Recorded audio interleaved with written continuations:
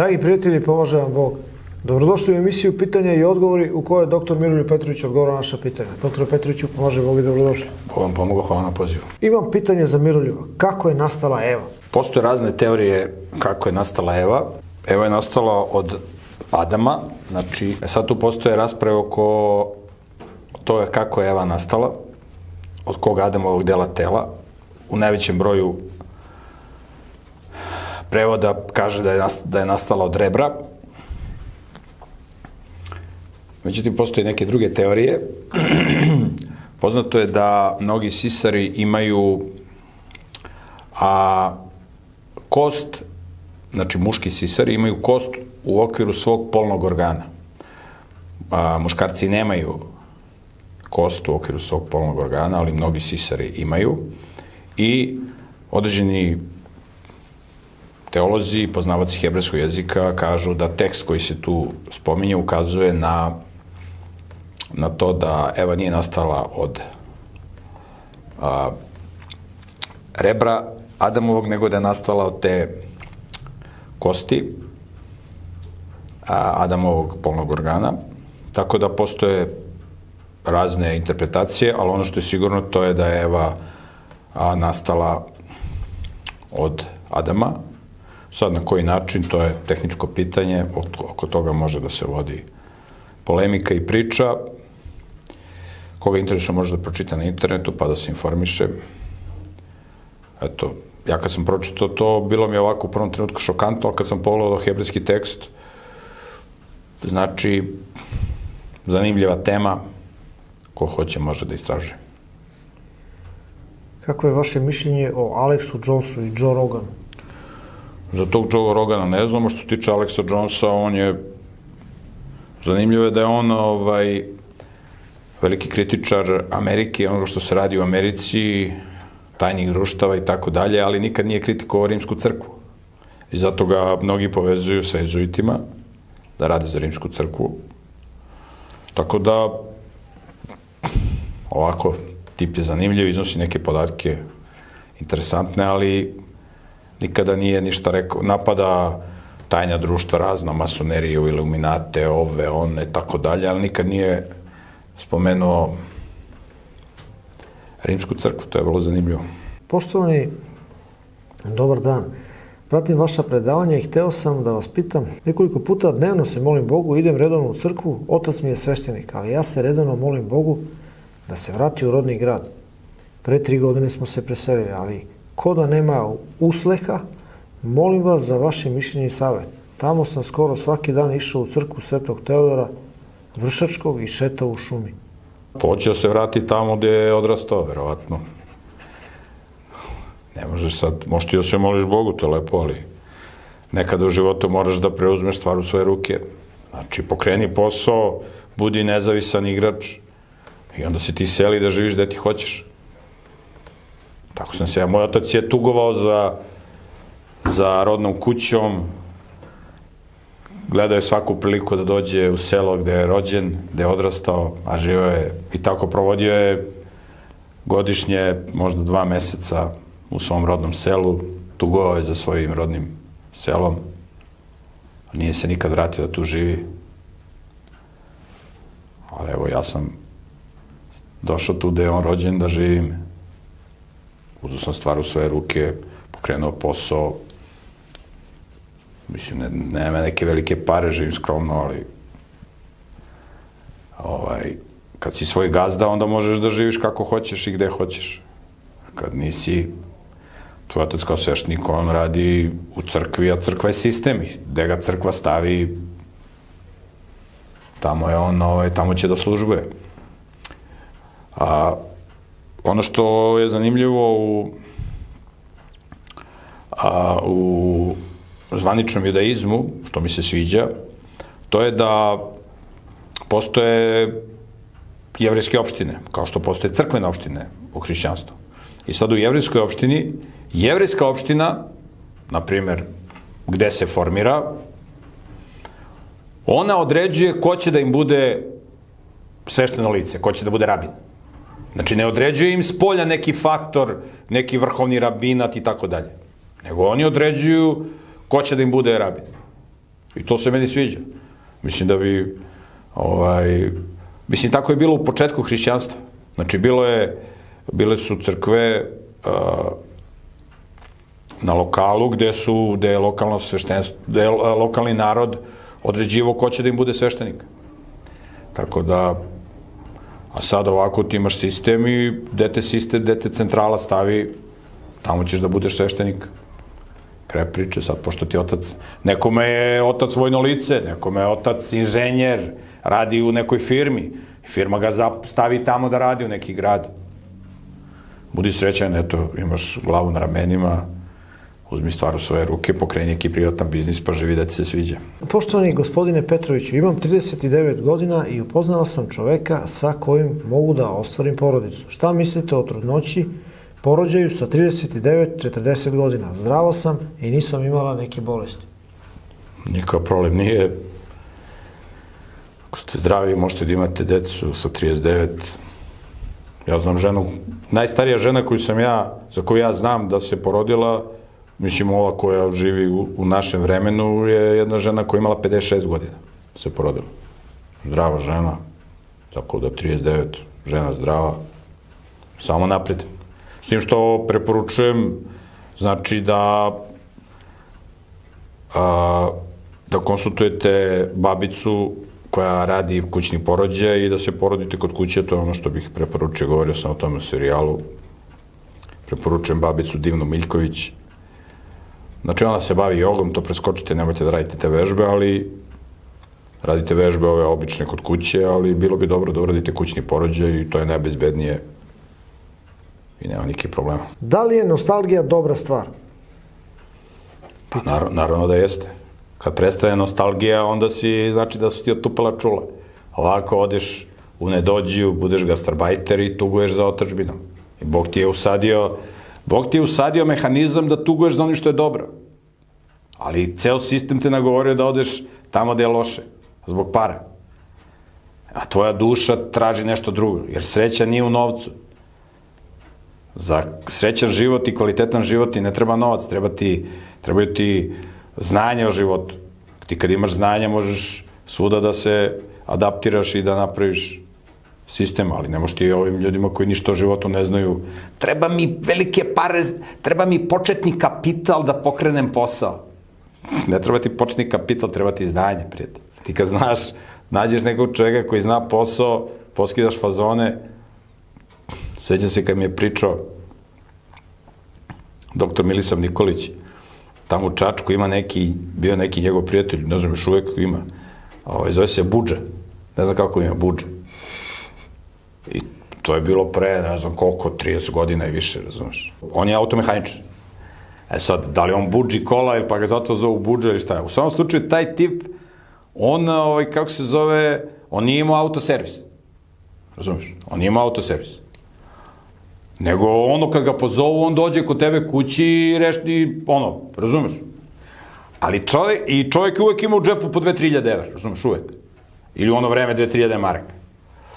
Ali njega, znaš, njega pare nisu toliko zanimale, razumeš? On je volao, znaš, da ima slobodno vreme.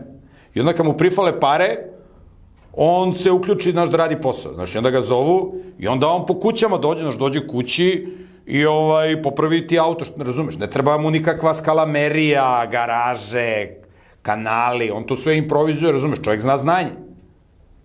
Razumeš, Budža. I kad mu treba pare, on ide pa radi, razumeš? Kad mu ne treba pare, ne prima, razumeš? Neće da radi. Ima slobodno vreme čovjek. Ali ima znanje. Razumeš? I onda razumeš, on je baja. Kad imaš ti znanje, ti si baja, tebe zovu svi, kad si stručnjak. Razumeš? Kad ne znaš ništa da radiš, kad si fizikalac, onda razumeš. Onda drugi postavljaju pravila igre. Ovako ti postavljaš pravila igre, kad ćeš da radiš, koja je cena. Ne znam da li sam pričao, kako se zove, u nekoj emisiji, ja sam zaboravio. Ima jedna ovako anegdota, ali možda istiniti događaj. Kad je onaj tip sa onim skupim automobilom došao u selo. Sam pričao to? Mislim da niste.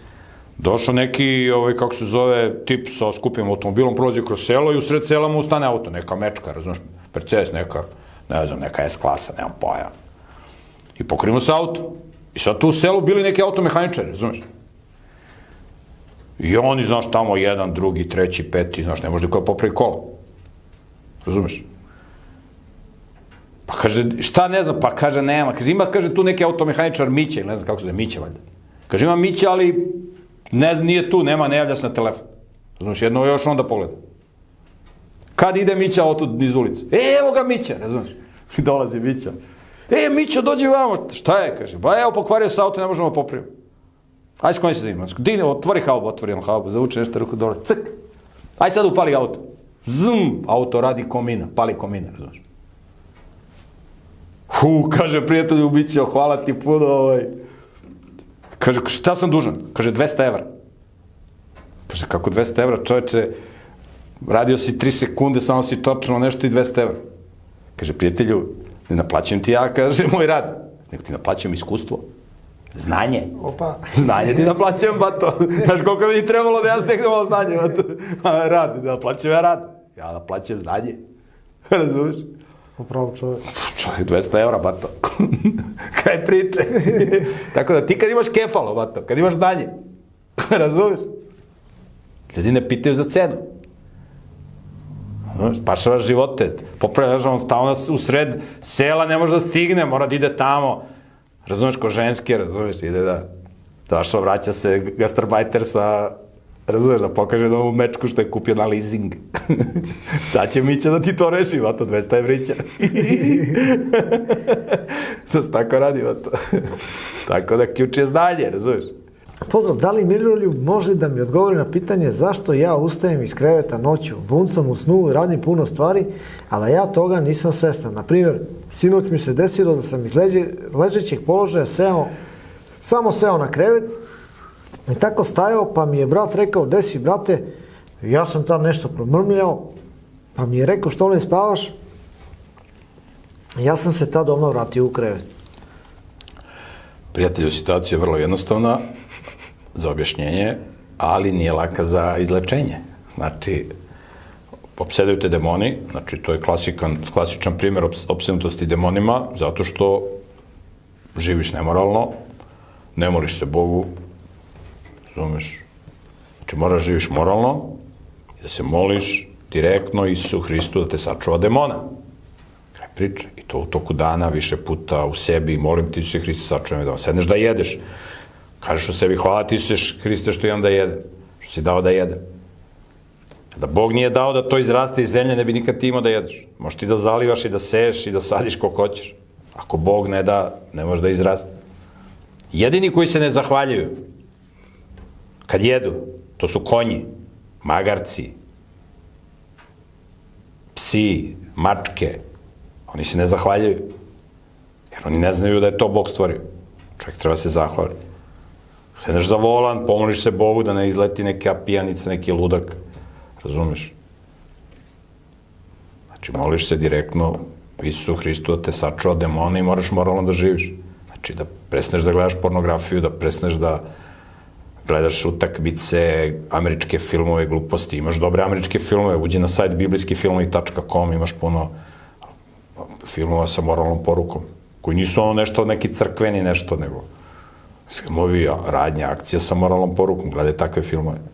Moraš moralno da živiš. Ako ne budeš živio moralno, imaš na mom sajtu miroljubpetrović.com jednu kratku knjigu, zove se Religija za početnike, pročitaj. Ako ti je teško da čitaš Bibliju, kreni da čitaš Bibliju i ovako će da ti bude stanje sve gore i gore. I na kraju će da te pošalju u psihijatrijsku bolnicu i ima tamo da te kljukaju lekovima da spaš po ceo dan. Ako se ne budeš dao u red, stanje će da eskalira. Pozdrav, kako mogu da imam što bolje ocene u osnovnoj i srednjoj školi, a da se što manje zaglupljujem? Neku caku. Vidi, prijatelju, da se što manje zaglupljuješ. Znači, ti bi da ideš u debilanu, a da imaš dobre ocene, a da se ne zaglupljuješ. Znaš kako? Nađeš neku školu, negde izvan velikih gradova, negde na periferiji, raspitaš se, direktor, razumeš, dođeš kod njega, razumeš, daš mu... Dobar dan, dobar dan. Dobar dan, dobar dan, ja sam došao, ja sam čuo za vas da ste vi ovako, jedan od najboljih direktora u Srbiji, ste sposoban, da hoćete da pomognete deci. Znate, ja sam vrhunski sportista, treniram, razumeš. Ja mogu vanredno da završim školu, mislim, ali da budu dobre ocene. Pa uslovno da Iako ne znaš šta će ti dobre ocene. Jednako ćeš da ideš posle neki goveđi fakultet. I on će, razumeš, i ono, izvodiš tamo da on vidi šuške, razumeš? To se tako radi, vrati. Mislim, ako hoćeš u sistemu da imaš dobre ocene i da napreduješ u sistemu, onda moraš da podmažeš. A ako hoćeš da budeš seljak kao ja, onda nema, uživaš, brate, u svojoj kući, ne interesuje ti ni ocene, ni blejanje. A ako hoćeš, sve može, za pare, možeš i fakultet da završiš, za pare, i da ne vidiš fakultet. Sve može, imaš diplomu. A ne znaš ništa da radiš, ali imaš diplomu. Možda budeš neka faca u demokratiji. Neki stručnjak. Ekspert. Kako nastaje ranica na grliću u materici? Kako se leči prirodnim putem? A lekar mi je rekao da to može biti nasledno, a može biti posljedica bombardovanja. Ništa drugo mi nije reklo. Mora da ste bili kod ove čuvene doktorke Danice Grujičić, pošto kod nje je sve NATO bombardovanje krivo. I ovi što imaju klempave uši, zbog NATO bombardovanja. Znači, u Srbiji niko nije imao klempave uši do 99. godine. Posle NATO bombardovanja skočilo je procenat ljudi sa klempavim ušima. Znači, ranice na grliću materice praktično ne postoje. Praktično ne postoje kod jevrejki i muslimanki. To su naučne studije. Mogu ovi da skaču, da padaju u nesvest, da kažu da ovo nije istina, kogod hoće, lako može da proveri na internetu. Znači, jevrejke i muslimanke nemaju ranice na grliću materice, skoro da nemaju, iz prostog razloga što su njihovi muževi obrezani. Znači, obrezanje je najbolji čin higijene za muškarca i za ženu. Najbolji čin. Mislim, za ženu udatu.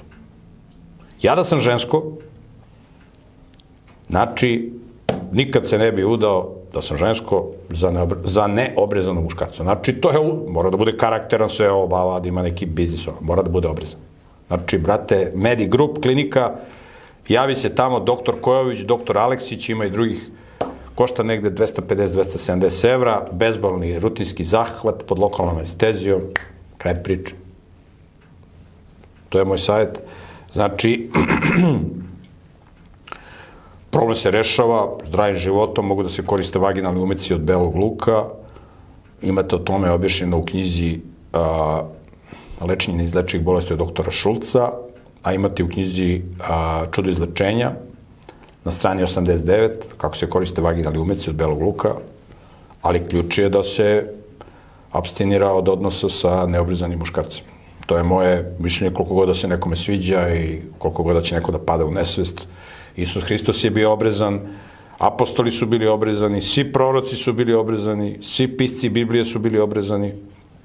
Bog je dao tu zapovest iz higijenskih razloga, to što ljudi neće da poštuju, nego im je krivo bombardovanje, razumeš, vanzemaljci. Ja pričam samo istinu, kome se sviđa, sviđa, kome se ne sviđa, briga me mnogo. Kraj priče. Kako bi se po Bibliji sudilo silovateljima, deci i opničarima? To smo govorili. Šta najbolje jesti za doručak? I to smo pričali. Kako je najzdravije i najbrže smršati? To ste rekli. Pozdrav za produkciju.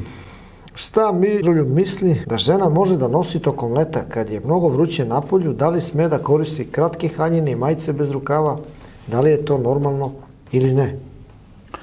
Pa mislim da je pristojno da leti žene nose dugačke suknje, znači ispod kolena. Postoje suknje od srpskog platna, koje su jako prijatne, znači u njima nema šanse da vam bude vrućina. Postoje košulje od srpskog plata, može od lana. Najbolja garderoba je merino vuna, 100%, ali ne postoje, možda ima negde, možda na internetu da nađete, kod nas nema da se kupe, možda imaju te neke suknje te neke dugačke od merino vune, ja nisam gledao na internetu, moguće da ima. Znači, bilo bi poželjno, mislim da to bude neka tamno-plava boja, tamno-zelena, neka tamno-siva, znači da ne budu neke svetle boje, onako da budu drečeve, da žena bude svuda onako u centru pažnje, znači dugačke suknje, znači postoje, znači lanene suknje, postoje od srpskog platno je jako, jako prijatno da se nosi, ima u raznim bojama, znači košulje s drugim rukavima je bilo poželjno od srpskog platna košulje s drugim rukavima neće vam biti vruće sigurno, znači sigurno, i da budu onako košulje malo duže preko zadnjice, to bi bilo pristojno, kosa vezana, može neki šeširić onako slamnati, neki ženski sa cvetićem, i kraj priče. Naravno, mislim, kad su velike vrućine ne treba se izlagati suncu, ali, znači, postoje fini materijali, prijatni, koji mogu da se nose leti. Ja nosim leti ove majice od merino vune, koju kupujem od jednog našeg čoveka iz Novog Pazara, na sajtu merinoworld.shop, znači merino, world, world se piše sa W, merinoworld.shop. Tu imate najbolji izbor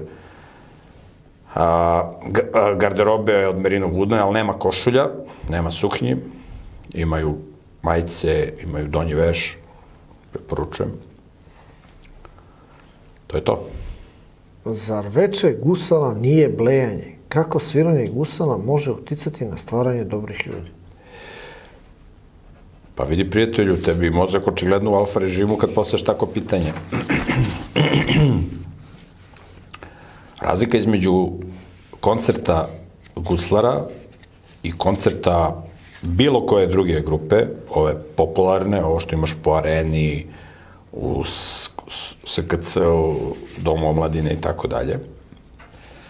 Razlika je u tome što na guslarskim večerima, na koncertima guslarske muzike se emituje muzika kod koje je glavna poruka tekst, gde se, znači, ljudima je mozak u beta režimu, razmišljaju i ljudi dolaze da slušaju tekst, a muzika je tu da stvori jedan ambijent, onako starinski, junački, moralni i tako dalje. Znači, ljudi dolaze na guslarsko veče i mozak im je u beta režimu, slušaju tekst koji izgovara, znači, to je kao beseda. Svaki guslar je kao besednik, ali uz muziku. I to je način kako su se ljudi u stara vremena obraćali Bogu, kroz pesmu. Znači, oni kad se, zato ti imaš danas i u crkvama, i u sinagogama, i u džamijama, da sveštenik kad se moli, on peva. On peva i moli se. To je viši oblik izražavanja. Ti na guslarskim večerima imaš pevanje o moralu, o junaštvu, o Bogu. Znači, nešto uzvišeno. Ali to je za ljude koji ima mozak u beta režimu. To je muzika za lavove. To su pesme za lave. A za miševe ovo tuc, ovaj trans. Ti dođeš, opstinute demoni i tebi je lepo, ne obraćaš pažnju na tekst pesme uglavnom nemoral, destrukcija, vulgarnosti, gadosti, ali tebi, pošto je mozak isključen ili si u transu, ti to ne prepoznaješ. Znači, guslarske večeri su za lavove, to nije za miševe. A lavovima je mozak u beta režimu, a miševima u alfa režimu. Miševi su ciu ili tuc, a lavovima je mozak u beta režimu. Znači, to je, tako da, guslarske večeri nisu blejanje, prijatelju, nego da se pune duhovne baterije. Kako komentarišete to što je ulična prodavačica nokautirala policajku? Pa nije to trebala da radi. Sad će da ima problema, da ide u zatvor. Prijatelju, znači, ona je prodavala robu tamo na mestu gde nije trebala ili nemam pojma šta je radila. Znači, kad ti dođe policajac i kaže što si prodavao tu gde je zabranjeno, ti možeš se izviniti da kažeš izvinite, neću više, oprostite, piše kaznu, kraj priče. Izvinjavam se, ako treba platim kaznu, platit ću, to se tako radi. ti sad se svađaš sa policajcem, da udariš policajca. Policajac je tu da obezbeđuje demokratiju. Taj oblik državnog uređenja može da ti se ne sviđa, možda ti se sviđa, znači mora zakon da se poštuje. Znaš, mislim, mi živimo na planeti gde nema puno pravde, ali zakon mora da se poštuje tako kakav jeste, tako da ja ne podržavam to što, mislim, nije mudro, sad će da bude kažnjena, da možda idu u zatvor, ako je majka, deca će da budu, ako idu u zatvor bez majke, jedno vreme. Iako kakvi su naši zakoni liberalni, vjerojatno će bude novčano kažnjena i nešto uslovno. Tako da ne podržavam.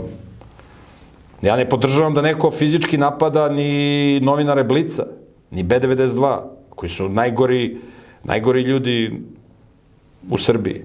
Ja pozivam da se ljudi mole za njih, jer su to bolesni ljudi, kojima treba pomoć. To su mučenici. A ne da ih mi sad idemo da ih mi bijemo, razumeš, što su oni zli. Mislim, oni su bolesni, su mučenici.